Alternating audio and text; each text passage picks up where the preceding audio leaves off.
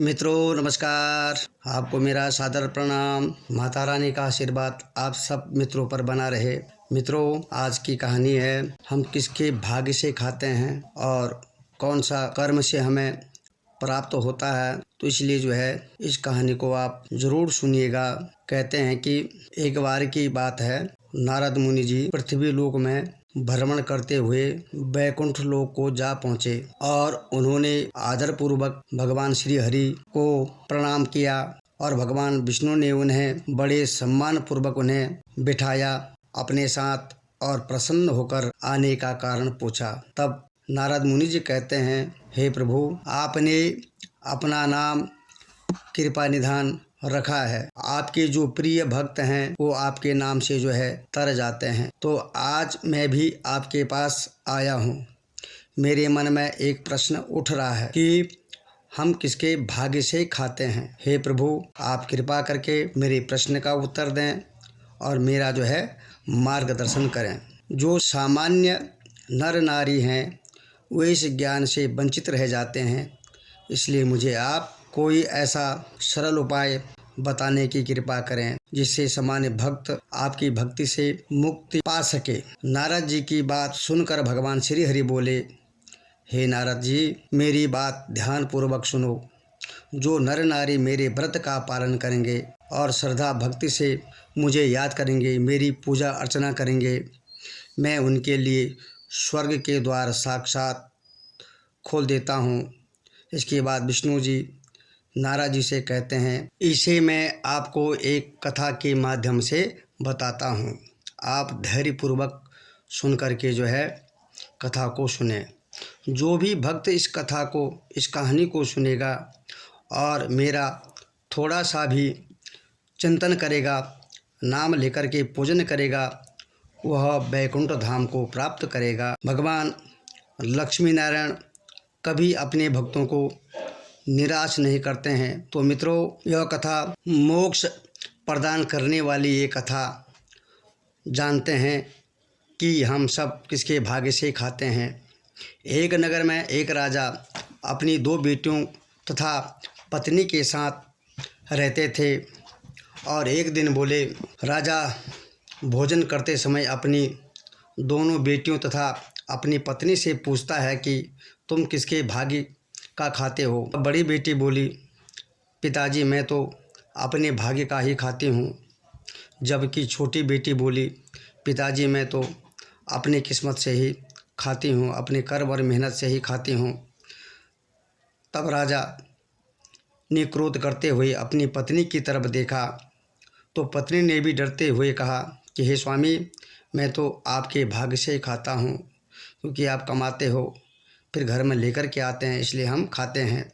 यह सुनकर राजा को बहुत क्रोध आया और उसने कहा कि मैं पूरी नगरी को खिलाता हूँ, तुम सब के लिए इतनी मेहनत करता हूँ, रोज़ तुम्हें अच्छा अच्छा भोजन खिलाता हूँ, नए नए कपड़े, नाना प्रकार के वस्त्र आभूषण तुम लोगों के लिए मंगाता हूँ, परंतु हमारी छोटी बेटी कहती है कि वह अपनी किस्मत से ही खाती है, अपने भाग्य से ही खाती है। तब गुस्से में आकर राजा ने अपनी मंत्रियों को आदेश दिया कि जाओ इनके लिए वर ढूंढो और मेरी बड़ी बेटी के लिए राज दरबार के राजा का पुत्र ढूंढो और छोटी बेटी के लिए गरीब लड़का ढूंढो। इस समय राजा यह बात बोल रहे थे। वहाँ दरबार में बैठे सभी मंत्री, चौकीदार, पहरेदार सभी लोग मौजूद थे और सभी मंत्रियों को राजा की बात पर बड़ी हैरानी हुई, लेकिन किसी में हिम्मत नहीं थी कि वह पलटकर राजा से पूछें कि महाराज, आप अपनी दोनों बेटियों के साथ ऐसा भेदभाव क्यों कर रहे हैं, ये गलत है, ऐसा नहीं करना चाहिए। किसी ने नहीं पूछा, किसी को हिम्मत नहीं आई और कुछ दिनों बाद राजा ने अपनी बड़ी बेटी का विवाह एक राजा के पुत्र से कर दिया और छोटी बेटी का विवाह एक गरीब भिखारी के लड़के से कर दिया। जब दोनों बेटियां ससुराल जाने लगी तो राजा ने बड़ी बेटी को बहुत सारा दान दहेज, रुपया पैसा, नाना प्रकार के सोने चांदी स्वर्ण आभूषण प्रदान किए और रेशमी सुंदर वस्त्र भी उन्हें दान किया। जबकि छोटी बेटी को बोरी के टाट के कपड़े सिलवा कर उसे पहनाकर उसे विदा कर दिया और कुछ नहीं दिया। बड़ी बेटी अपने माता पिता को प्रणाम करके घर से निकल गई। छोटी बेटी कुछ नहीं बोली। जब छोटी बेटी अपने ससुराल में पहुंची तो उसने देखा कि वहां कोई उसकी आव भगत करने वाला नहीं है और उसके ससुराल के लोग एक झोपड़ी में रहते थे और एक बड़ा सा मैदान, वहां पर 5 चूल्हे बने हुए थे। रात्रि को छोटी बेटी चुपचाप सो गई। सुबह जब सोकर उठी तो उसने अपने जेठ जी से पूछा कि यह 5 चूल्हे यहाँ पर क्यों बने हैं। तब उनके जेठ जी ने कहा कि वह हम 5 भाइयों के 5 चूल्हे हैं। और राजा की छोटी बेटी ने कहा, ठीक है, लेकिन आप सब झोली लेकर कहाँ जा रहे हैं। तब उनके बड़े जेठ जी थोड़ा समझदार थे, उसने कहा कि बहू, हम सब तो भिखारी हैं, इसलिए हम सब तो भीख मांग कर ही अपना गुजारा करते हैं। जेठ जी ने कहा कि बहू, तुम तो बहुत पैसे वाले राजा की बेटी हो, तुम्हारे मंत्री ने एक रात्रि को ज़बरदस्ती मेरे 5वें छोटे भाई को पकड़कर तुम्हारे साथ ब्याह करवा दिया था। तब बहू बोली कि जेठ जी, आपकी कोई गलती नहीं है, सबको अपने भाग्य का या अपनी किस्मत से मिलता है, तो मेरी किस्मत में जो था वह मुझे मिल गया, इसमें कोई कुछ नहीं कर सकता है। इसके बाद 5 भाई भीख मांगने के लिए निकल पड़े। पीछे से बहू ने पूरे घर की साफ सफाई करी और पूरे घर को गोबर से लीप करके आंगन को लीपा। बड़े जेठ जी के चूल्हे को छोड़कर सभी के चूल्हे वहां से हटा दिए। जब शाम को 5 भाई घर आए और घर को साफ सुथरा देखा और 4 चूल्हे हटे हुए देखे तो 4 छोटे भाइयों को बहुत क्रोध आया। उन्होंने कहा, तुमने हमारे चूल्हे कहाँ रखे, हमारे चूल्हे कहाँ गए।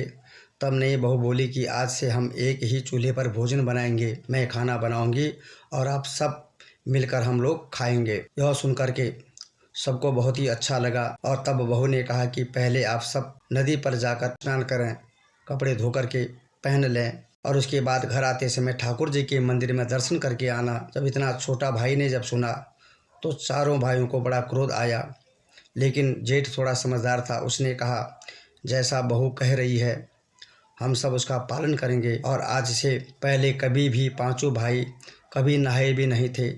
चारों भाइयों ने नहाने के लिए मना किया, लेकिन बड़ा भाई समझदार था, उसने अपनी समझदारी से कहा, जैसा छोटी बहू कह रही है हम लोग सब उसका पालन करेंगे। तब सभी तालाब में जाकर सबने स्नान किया और घर आते समय भगवान विष्णु जी के मंदिर में गए, पूजा अर्चना करी, भगवान के दर्शन किए। लेकिन उन लोगों ने कभी कोई किसी भी प्रकार की पूजा नहीं करी थी, इसलिए वह चुपचाप भगवान के आगे हाथ जोड़कर बैठ गए और घर वापस आकर उसके तत्पश्चात 5 भाइयों ने भोजन ग्रहण किया और इतना स्वादिष्ट भोजन उन्होंने अपने जीवन में कभी नहीं खाया था। और भोजन करने के बाद चारों भाई झोपड़ी के बाहर सो गए और नई बहू झोपड़ी के अंदर सो गई। जब सुबह छोटी बहू उठी तो वापस से वहाँ 5 भाई झोली उठाकर भीख मांगने के लिए जाने लगे।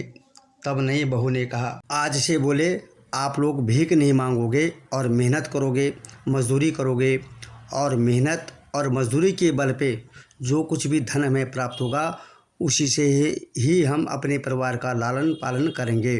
तब उनके जेठ जी ने कहा कि बहू, हमें कमाना नहीं आता है, कैसे कमाएं। तब नई बहू ने कहा कि जो भी काम मिले आप वही करना, लेकिन भीख मत मांगना। फिर से 4 छोटे भाइयों को बहू की बात पर बहुत ही गुस्सा आया, लेकिन बड़े भाई ने फिर से वही बात कही, सबको समझाया कि बोले जैसा बहू कह रही है हम लोग वैसा ही करेंगे। कमाने के इरादे से घर से निकल गए। 4 छोटे भाइयों को कोई ना कोई काम मिल गया, किसी को बोरियां उठाने का काम तो किसी को मजदूरी में कुली का काम करने का मिला, लेकिन बड़े जेठ जी को कोई काम नहीं मिला। जब वह निराश होकर घर वापस आ रहे थे तो उसका पाँव गोबर में पड़ गया। घर आने के बाद जेठ जी ने कहा कि बहू, मेरा पाँव गोबर में पड़ गया। तब नई बहू कहती है कि आपका पैर गोबर में पड़ गया है तो बाहर पोंछ दीजिएगा और घर के अंदर आ जाइए। सभी ने अपनी अपनी मजदूरी का जो भी रुपया पैसा उनको मिला था छोटी बहू को पकड़ा दी। और उस दिन उन सब को बहुत अच्छा लग रहा था, क्योंकि उस दिन उन्होंने भीख नहीं मांगा और भीख मांगने से उनकी बहुत बेइज्जती होती थी, उन्हें बहुत ही कष्ट होता था, लेकिन मजबूरी थी। लेकिन आज उन्होंने पहली बार मजदूरी करी तो उन सब को बहुत अच्छा लग रहा था। बड़े जेठ ने नई बहू से कहा कि बहू मुझे कोई काम नहीं मिला। तब बहू ने कहा कि कोई बात नहीं जेठ जी। रोज़ की तरह उस दिन वापस से सभी भाई तालाब पर नहाने गए। तालाब से नहाकर वापस आए और मंदिर में दर्शन करने गए। घर पर बहू ने स्वादिष्ट भोजन बनाया और सबने गर्मा गर्म भोजन का स्वादन किया और उसके बाद सब अपने अपने झोपड़ी में सोने को चल दिए। दूसरे दिन वापस वह कमाने के लिए निकल पड़े। उस दिन भी 4 छोटे भाइयों को कोई ना कोई काम मिल गया, लेकिन बड़े भाई यानी जेठ जी को कोई काम नहीं मिला। उस दिन भी जेठ बहुत दुखी और उदास थे। वह सोचने लगे कि नई बहू को मैं आज क्या बताऊं, उन्हें क्या जवाब दूंगा मैं कि सब भाई तो कमा करके आए हैं लेकिन मैं खाली हाथ आया हूं। तो रास्ते में उसे एक मरा हुआ सांप मिला। देखने पर सांप को उठा लिया और आते ही सबने उसने बहू से कहा कि बहू मुझे यह रास्ते में मरा हुआ सांप मिला, इसका मैं क्या करूं। तो बहू बोली कि आप इसे झोपड़ी के ऊपर फेंक दीजिएगा। और इस तरह उनके दिन मज़े से निकलने लगे। उनके घर में अन्न धन के भंडार भी भरने लगे और सभी मेहनत मजदूरी करके कमाने लगे और उनके दिन धीरे धीरे अच्छे आने लगे। एक दिन बोले उस नगर के महारानी का बेश कीमती हार चील लेकर के उड़ रहा था। सारे राज दरबारी पहरेदार और चौकीदार उदास चील के पीछे पीछे भागने लगे, लेकिन सब बेकार हो गया। जब वह चील उन 5 भाइयों की झोपड़ी के ऊपर से उड़ रही थी तो उसने वहाँ एक मरा हुआ सर्प देखा। तो चील ने रानी का हार वहीं पर गिरा दिया और सांप को लेकर के उड़ गया। उधर राजा ने नगर में ढिढोरा पिटवा दिया कि जिसे भी रानी का वह बेशकीमती हार मिले वहाँ लाकर राजमहल के राज दरबार में जमा करवा दें और उसे मैं मुँह मांगा इनाम दूंगा। शाम को सभी भाई मेहनत मजदूरी करके वापस अपने घर में आए तो बड़े जेठ जी की नज़र झोपड़ी के ऊपर चमकती हुई चीज़ पर पड़ी। जेठ जी ने चमकते हुई चीज़ को उतार कर देखा तो वह बेशकीमती हार निकला। जेठ जी ने वह हार लाकर नई बहू को दे दिया। तब नई बहू बोली कि यह हार तो रानी का है, आप इसे लेकर के राजा जी को महाराज जी को वापस कर दीजिए। फिर जेठ जी ने वैसा ही किया। जेठ ने जाकर वह हार राजा को दे दिया, क्योंकि जेठ जी जो है नई बहू का हर आज्ञा का पालन जो है करते थे। तो राजा हार को देखकर बहुत खुश हुआ और बोला कि भाई इसके बदले में तुम्हें मुँह मांगा इनाम मिलेगा, मैं तुम्हें सब देने के लिए तैयार हूँ। तब उसने बोला कि महाराज मुझे मांगना नहीं आता है, मैं अपने भाई की पत्नी से पूछकर बताऊंगा। राजा ने कहा कोई बात नहीं, तुम पूछ लेना फिर बताना। जेठ घर आया और घर आने के बाद उसने अपनी नई बहू को पूरी बात बताई। तब बहू ने कहा कि जेठ जी आप राजा के महल में वापस जाना और राजा से कह देना कि महाराज मैं चाहता हूँ कि बैकुंठ चौदस के दिन नगर में किसी के भी यहाँ दीपक ना जले और राजमहल में भी अंधेरा रहे। तब जेठ वापस राजमहल में गया और राजमहल में जाकर के उसने राजा से कहा कि महाराज मुझे कोई इनाम नहीं चाहिए, बस आप बैकुंठ चौदस अर्थात बैकुंठ चतुर्दशी के दिन नगर में यह ढिंढोरा पिटवा दीजिएगा कि कोई भी नगरवासी दीपक ना जलाएं, यहाँ तक कि राजमहल में भी दीपक ना जले। बैकुंठ चौदस के दिन पूरी नगरी में अंधेरा रहे। बिना कुछ सोचे समझे राजा ने कहा कोई बात नहीं, अगर तुम्हारी यही इच्छा है तो इसे मैं पूरा करूँगा। तो एक दिन नगर में कोई दीपक नहीं जलेगा और राजमहल में भी दीपक नहीं जलेगा। राजा ने पूरी नगरी में यह आदेश कर दिया कि पूरी नगरी में बैकुंठ चौदस के दिन कोई भी दीपक ना जलाएं। दूसरे दिन बैकुंठ चौदस की रात्रि को किसी ने भी दीपक नहीं जलाया और यहाँ तक कि राजमहल में भी दीपक नहीं जला, किसी भी प्रकार का उजाला नहीं था। लेकिन 5 भाइयों की झोपड़ी में नई बहू ने चारों तरफ दीपक जलाए, कहीं पर भी अंधेरा नाम की कोई जगह नहीं छोड़ी। तब माता लक्ष्मी के पग बनाए और एक थाली तैयार करके वहाँ बैठ गई। जब बैकुंठ चौदस की रात्रि को स्वर्गलोक से माता लक्ष्मी मृतलोक में नीचे उतरी तो माता लक्ष्मी को उस नगर में सब जगह अंधेरा ही अंधेरा दिखाई देता है। केवल एक झोपड़ी में जगमग जगमग जो है दीपक जल रहे थे और माता लक्ष्मी उस झोपड़ी में आकर और दरवाज़ा खटखटाने लगी और अंदर से बहू ने कहा, कौन है? माता लक्ष्मी ने कहा कि मैं इस घर की बेटी हूँ। बहू ने अंदर से कहा, हमारे घर में तो आपके लिए कोई जगह नहीं है, क्योंकि हमारे पास खुद के खाने की कमी है। हम तुम्हें कहाँ से दे सकते हैं, कहाँ से तुम्हें भोजन दे सकते हैं। और कुछ देर बाद माता लक्ष्मी ने फिर से दरवाज़ा खटखटाया।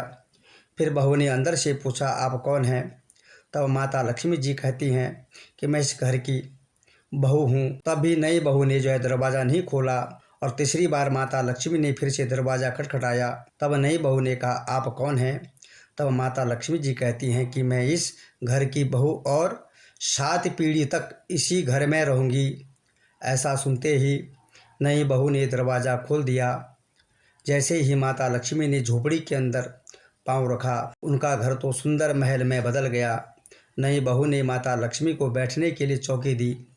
माता लक्ष्मी ने कहा, मैं तो पैसे वाले अमीर सेठ के घर में नहीं बैठूंगी। लेकिन नई बहू ने माता लक्ष्मी का हाथ पकड़कर चौकी पर बैठा दिया और माता लक्ष्मी को प्रणाम किया, क्योंकि चौकी पर बैठते ही माता लक्ष्मी ने साक्षात अपने दर्शन छोटी बहू को दे दिए और माता लक्ष्मी के चरणों में गिर पड़ी। कुछ देर बाद नई बहू ने माता लक्ष्मी की आरती उतारी।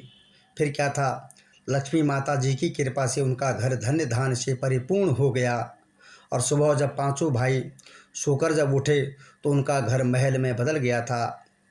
सभी भाइयों को बड़ा ही आश्चर्य हुआ, ये कैसे क्या हो गया, बड़ा अचंभा हुआ, अद्भुत है। उनका आश्चर्य का ठिकाना नहीं रहा। माता लक्ष्मी की कृपा से धीरे धीरे वे नगर के सेठ कहलाने लगे और उनके भाई की पत्नी सेठानी कहलाने लगी। सब तरफ उनका कारोबार फैल गया, हर जगह उनकी चर्चाएं होने लगी। वे पांचों भाइयों केसर कस्तूरी का व्यापार करने लगे। उनका घर धन धान्य से परिपूर्ण हो गया। माता लक्ष्मी की कृपा हुई और उन पांचों भाइयों के पास नौकर चाकर हाथी घोड़े सब हो गए और बड़ी बहन के घर में सब कुछ ठप हो गया। कारोबार में घाटा होने लगा। उनके यहाँ एक समय की रोटी के भी लाले पड़ गए और उन्हें अपना सब कुछ जो है बेचना पड़ा। तब बड़ी बहू के साथ ससुर ने अपनी बहू से कहा कि तुम तो कलंकिनी हो, तुम्हारे आते ही बोला हमारा घर बर्बाद हो गया, तुमने हमको बर्बाद कर दिया। और उन्होंने अपनी बहू को घर से निकाल दिया। बड़ी बहू अर्थात राजा की बड़ी बेटी रोती हुई अपने पिता के घर पहुंची। अपनी प्यारी लाडली बेटी की ऐसी हालत जब राजा ने देखा तो राजा बहुत दुखी हुआ। अपने बच्चों का कष्ट देखा नहीं गया राजा से और राजा ने अपनी बड़ी बेटी से सारा हाल चाल पूछा, सारा वृतांत पूछा। बड़ी बेटी रोते हुए बोली कि मैं अपना सारा हाल अपने पिता को कह सुनाया। तब राजा ने मन ही मन सोचा कि मैं अपनी बड़ी बेटी के लिए इतना देखभाल करके घर ढूंढा था, अच्छा वर ढूंढा था, लेकिन इसकी हालत ऐसी हो गई तो छोटी बेटी की क्या हालत होगी, पता नहीं वह जिंदा भी होगी या नहीं। राजा को चिंता होने लगी और अपनी छोटी बेटी के गांव में उसका हाल चाल पता करने के लिए राजा निकल पड़े। तब राजा ने एक व्यापारी का वेश बनाया और केसर कस्तूरी बेचने के लिए अपनी छोटी बेटी के गांव में पहुंच गया।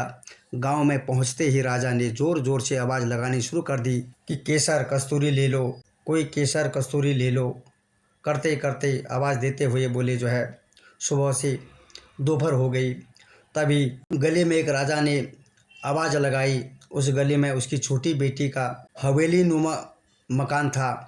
बेटी ने अपने पिता की आवाज़ पहचान ली। उसने ऊपर झरोके में से झांक कर देखा तो राजा को देखकर पहचान गई कि यह तो सच में मेरे ही पिता हैं। तब उसने अपने नौकरों से कहा कि बाहर जो आदमी केसर कस्तूरी बेच रहा है उनकी केसर कस्तूरी को मुंह मांगे दाम में आपको खरीदना है और उन्हें उनका सामान सब खरीद लो और उन्हें आदर से बुलाकर अंदर लेकर के आओ और उनके लिए भोजन पानी की व्यवस्था करो। उन सब ने वैसा ही किया। बहुत अच्छी कीमत और केसर कस्तूरी खरीद ली और उन्होंने भोजन के लिए आसन लगाकर बैठ आया। नए नए पकवान उनके सामने रख दिए। बीच बीच में छोटी बेटी नए नए कपड़े पहनकर, अच्छे अच्छे आभूषण पहनकर और लंबा घूंघट निकालकर उनको परोसने लगी। राजा ने मन में सोचा कि उनके यहाँ बहुत सारी नौकरानियाँ हैं। उसके पिता हंसते हुए बोले, बेटी क्या तुम यहाँ नौकरानी का काम करती हो? तब बेटी बोली, नहीं पिताजी, यह मेरा घर है, मैं तो यहाँ की सेठानी हूँ। राजा ने कहा, अच्छा तू सेठानी है, लेकिन तूने तो वही फटे पुराने कपड़े पहन रखे हैं, वही बोरी के टाट वाले कपड़े पहन रखे हैं जिसे देखकर मैंने तुम्हें विदा किया था। तब बेटी बोली, नहीं पिताजी, बार बार जो अलग अलग नए नए कपड़े पहनकर आपको खाना परोसने आ रही थी वह मैं ही थी, और जब मैं जो आपके पास बोरी के टाट वाले कपड़े पहनकर आई हूँ यह भी मैं ही हूँ। छोटी बेटी ने कहा, पिताजी मैं आज आपको बताना चाहती हूँ कि सब अपने भाग्य का ही खाते हैं, अपने मेहनत का ही खाते हैं। जिसकी किस्मत में जो लिखा रहता है उसको वैसा ही मिलता है, क्योंकि यह मेरी किस्मत है जो आज मैं इस नगर की सेठानी हूँ, और यहाँ आपकी किस्मत है, और यह आपकी किस्मत है कि आज आप केसर कस्तूरी बेच रहे हैं। इसलिए पिताजी आज के बाद कोई किसी को यह ना कहें कि वह एक दूसरे की किस्मत का खाते हैं। यह सुनते ही उसके पिताजी का सिर नीचे शर्म के मारे झुक गया और उसने कहा कि बेटी तुम जीती और मैं हार गया। उसके पिता ने हार स्वीकार कर ली और बेटी ने कहा कि पिताजी आप हमसे हमेशा बड़े थे और बड़े ही रहेंगे। मैं तो सिर्फ आपको इतना बताना चाहती हूँ कि सभी मनुष्य अपनी किस्मत का ही खाते हैं, कोई किसी की किस्मत का नहीं खाता है। आशा करती हूँ मित्रों कि यह कहानी आपको बहुत पसंद आई होगी, और ज़रूर कहानी को सुने, इसका लाभ उठाएं। कहीं पर कुछ गलती हो जाती है बोलने में, उसके लिए माफ़ी चाहता हूँ मित्रों। और इसीलिए कहते हैं जो भी हमको मिलता है हमारे भाग्य से मिलता है, हमारी किस्मत से मिलता है। जैसा कर्म करोगे वैसा ही फल हमें प्राप्त होता है। तो इसलिए मित्रों अपने जीवन में कभी भी जो है दूसरे के भरोसे पर मत रहे। अपना काम स्वयं ही करना पड़ता है, अपना भाग्य स्वयं ही बदलना पड़ता है, और एक दूसरे का साथ दें, सपोर्ट करें, सहयोग करें। इस प्रकार की व्यवस्था होनी चाहिए। तो मित्रों आज की कहानी यहीं पर समाप्त करता हूँ, और आपको मेरा कोटि कोटि सादर प्रणाम। जय श्री राधे कृष्णा, जय जय श्री राम।